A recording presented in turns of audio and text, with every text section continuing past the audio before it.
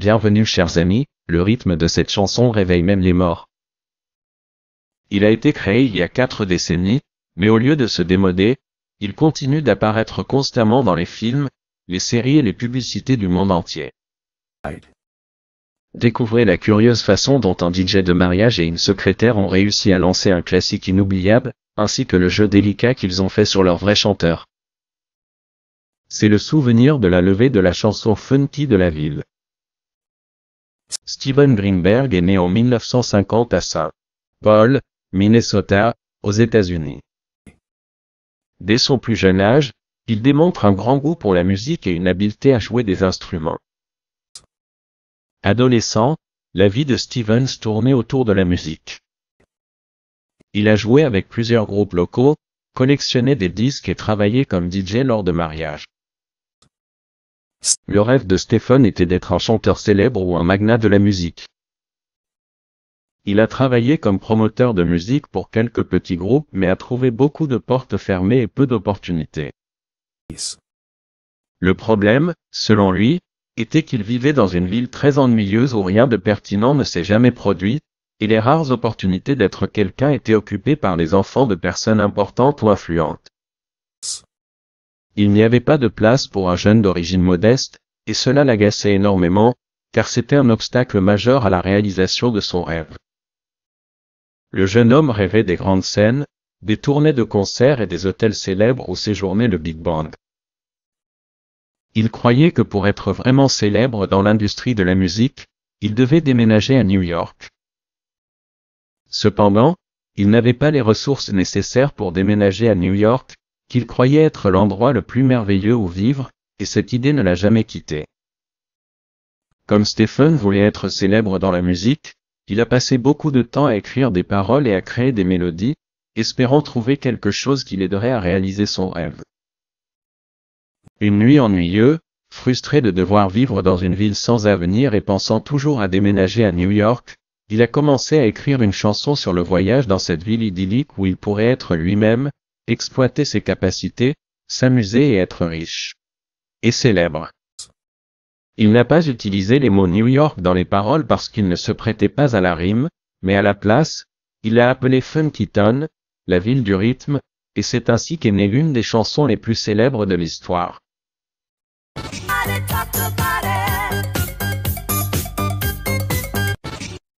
Greenberg avait présenté une chanson intitulée Rocket à la maison de disques Casablanca Records, et les dirigeants l'ont appelé et lui ont dit qu'ils voulaient parier sur lui et qu'il devrait faire d'autres chansons.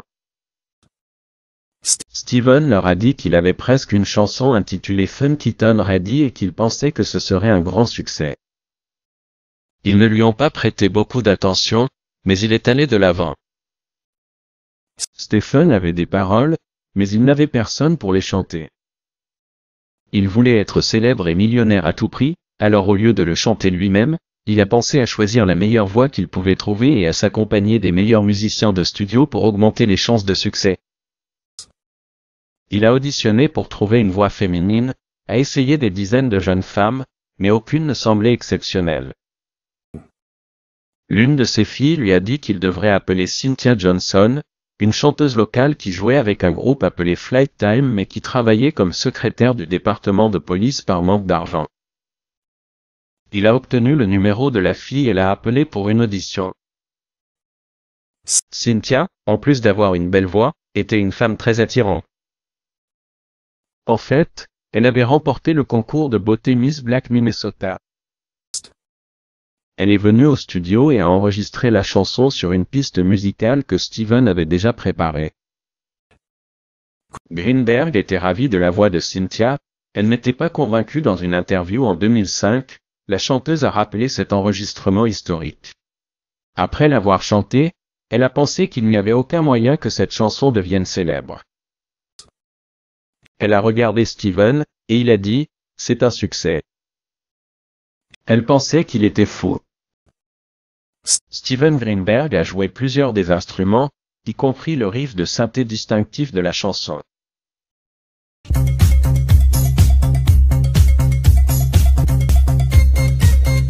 Cela demande tout au long de la chanson, ne m'emmènerez-vous pas à Funkytown?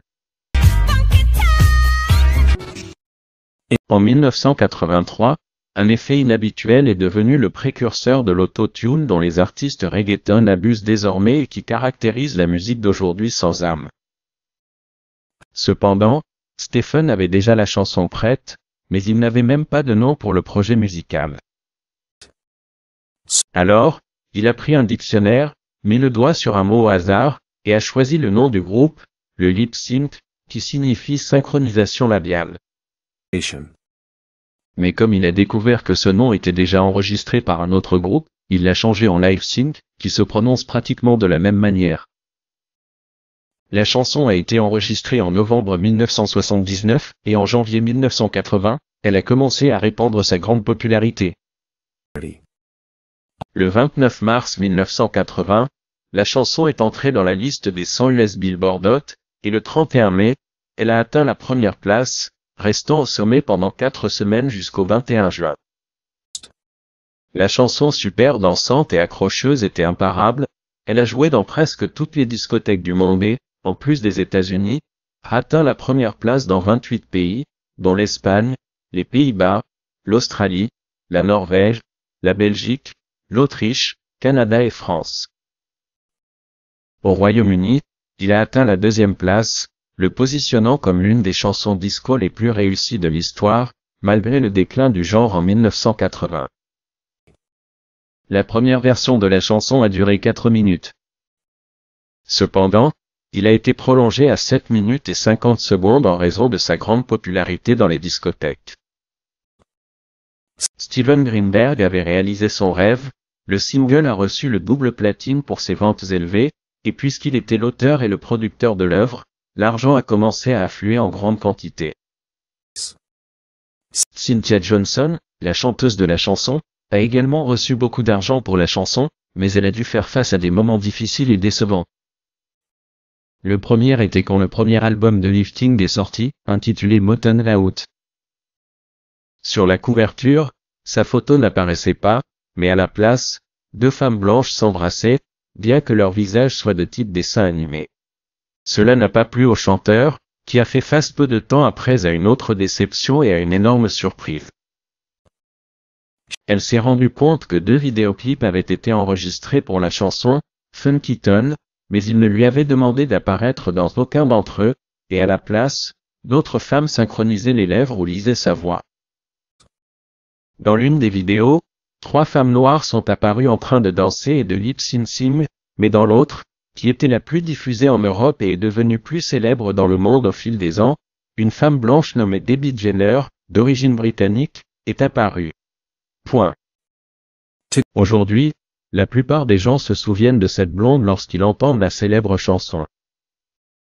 Il s'agissait clairement d'un acte de racisme dans une campagne promue par la maison de disques, avec le consentement de Steven Greenberg, et dans le but d'augmenter les profits. Ils ont choisi une femme avec un visage plus attrayant pour être l'image du groupe, tandis que Cynthia a été effacée des supports visuels promotionnels de la synchronisation labiale. Le chanteur s'est plaint mais n'a pas obtenu grand-chose.